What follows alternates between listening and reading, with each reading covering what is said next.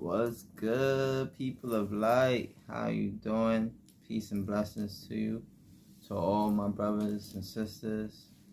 It's nice to be back with you. So, excuse me. On today's episode, I'll be talking about the Great Awakening. How do you know? What is this thing, right?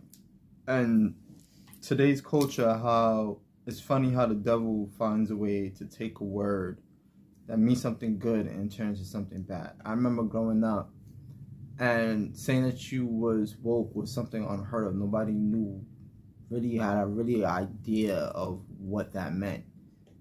The conscious community did, but our average person really didn't know. You understand what I'm saying? And now media has found a way to take that word and turn it into something that means you're crazy, means that you're off the rails and all of that, which is truly false.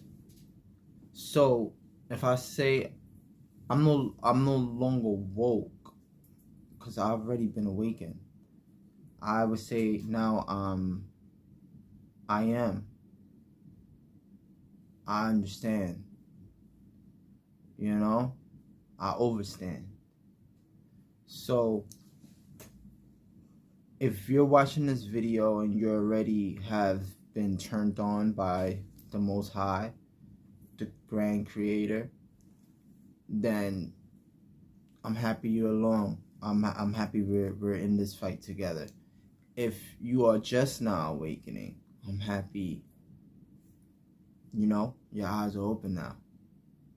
But now that the veil is off your eyes, while you see a lot of people on Instagram and social media and all these different things, and they tell you, oh yeah, it's cool, you manifest, then you can get anything you want in 24 hours, all these fucking, these clickbait videos and all these different, just mockery of everything.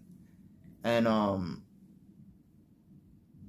it's messed up because what I'm doing, I'm not trying to take you away from God or your God. But what a lot of these people do, these crystal lovers, because I love crystals. Anybody that knows me knows, like, since I've been on a spiritual journey, you always see crystals on my neck, crystals somewhere around. Crystals are spiritual tools. They're family. So yeah, crystals are lit. I'll be the first one to admit I love crystals. Right? The frequency they give off, the beauty, the different minerals, like just everything about it. We actually share something called silicon with crystals. Silicon is on your skin, in your skin, however you choose to receive the information. Same thing for the earth. Where does crystals come from? From the earth, and also too from space, right? And the same material that's in crystals is the same material that's within us. So what does that mean? We are related, right?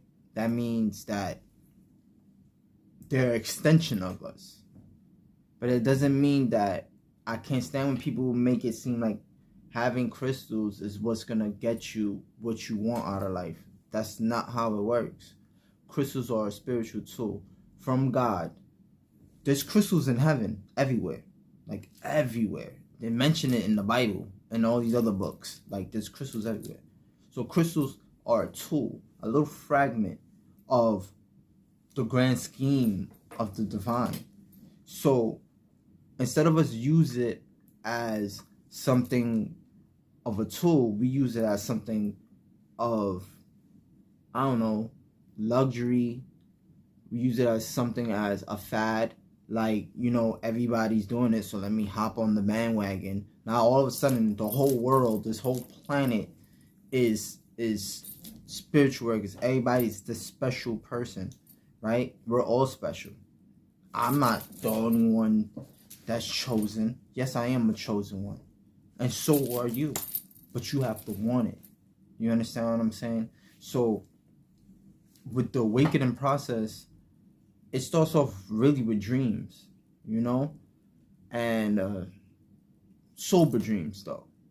Because dreams sometimes you may have, it can be altered because of genuine frequency. Cause I feel like dreams are foresight of what's to come, and depending on your actions that you take moving forward is how it will turn out.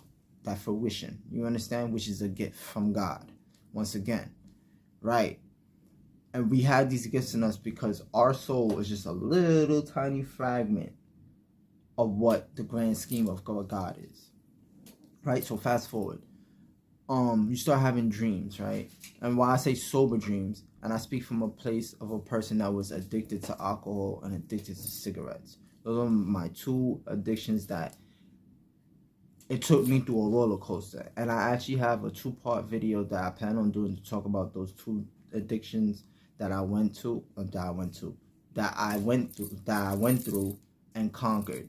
You understand? And I hope that those videos, it can help you take what you take from it. But it's me being honest and transparent with you. I don't want to come on here and put on no facade for you like I'm some perfect person.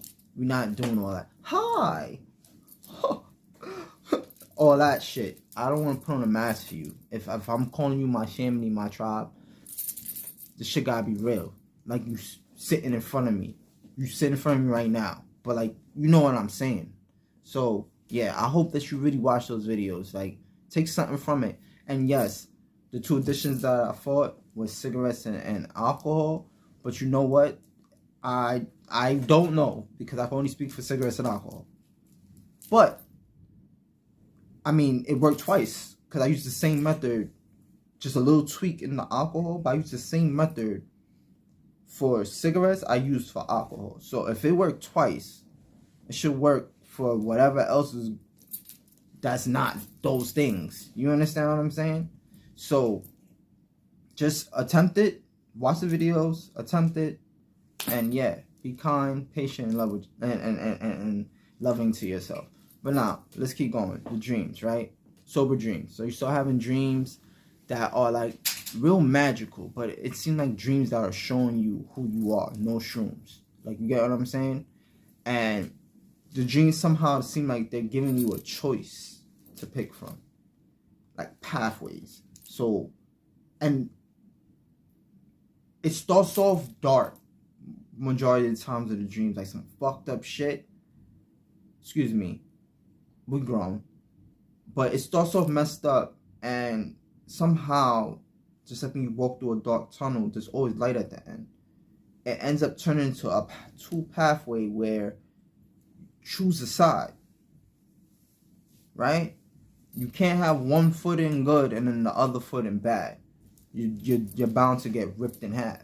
If you understand what I'm saying? So you have to make a choice. What side you want to play on? What team you want to play on? This is as simple as that.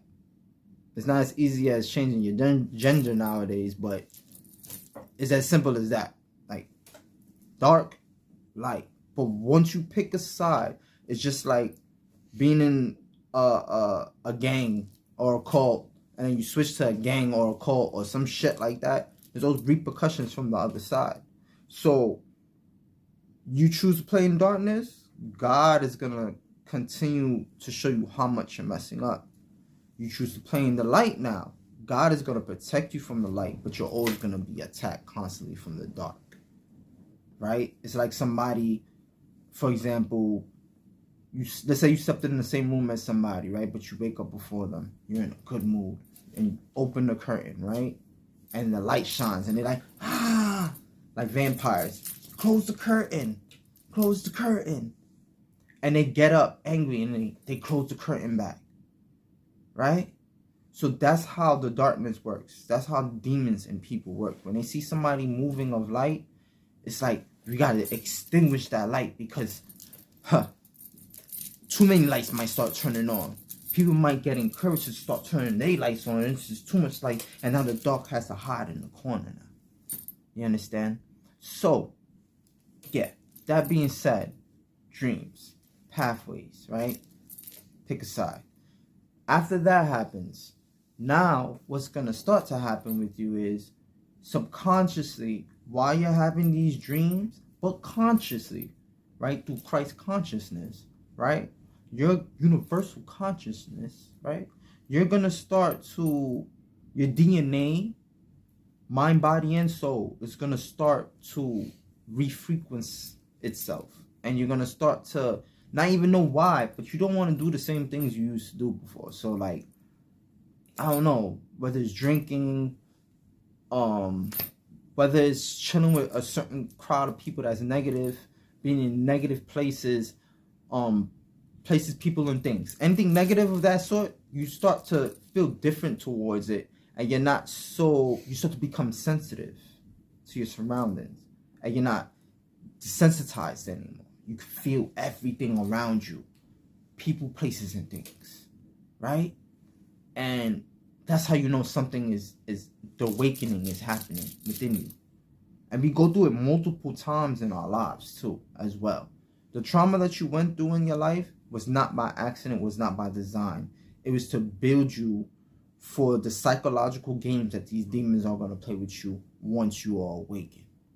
You understand? Fool me once, can't fool me again. Fuck her twice or a third time. You heard? So, but sometimes you gotta act like a sucker to catch a sucker. And the only way you can act like a sucker to catch a sucker is to go through trial and tribulation. So these are the things that's gonna start to happen to you. You're gonna start going through trial and tribulation. This is the trial of the soul. The dark night of the soul. Then you got the trial of the soul. You know what I'm saying? Now the trial of the soul. How bad do you want your soul? Because 9 out of 10, you're not gonna feel an awakening if you wasn't doing the wrong thing in your life. So like, how can I say it? If you've been doing no one's perfect. Everybody's been an asshole sometime out or the other in their life. So the awakening only gonna feel even more enlightened if you lived a dark life before and now you have found the light. It's 10 times more enlightened. Rather than somebody that's never really done nothing bad, but like, you know, they've done bad, but they don't do nothing. So like, they're just on default. You understand what I'm saying? They're just here. They're living, but they're not alive. Like, you get what I'm saying? With you, even though you're doing wrong things, you was living, and it made you feel alive, but you wasn't alive. But now when the awakening happens, you're living, but now you feel alive. You get me? So that's how you know. So when those things start to happen, then you know the awakening is happening pretty much. Long story short. Like, I'm looking at the time. I don't want to hold y'all too much. See, this is why I say, like, I got to do these things in parts because, yeah, I can't cram everything into one video. You understand? I understand we all got shit to do. We all grown. We got bills to pay, mouths to feed. But, yeah, I'm going to do this in parts.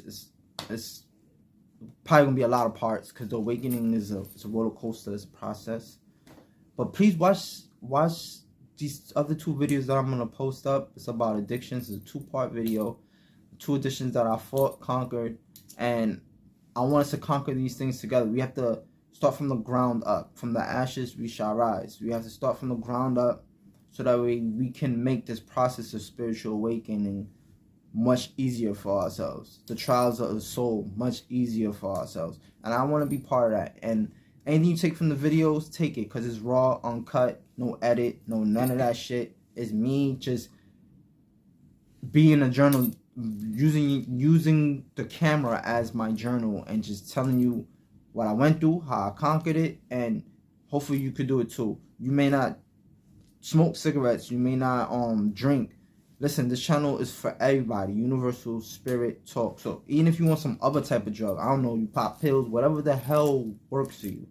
I hope that my method works for you because I used that same method twice and clearly it worked. So whatever you're into, I hope that it can work in some way, sort of fashion. So yeah, till next time, keep your light bright, very bright. Keep your crown tight and steady. You feel me? And yeah, and nobody tell you that they love you. I love you. I love you dearly, truly dearly, my brothers and sisters. I love you. Till next time, the evolution shall be televised.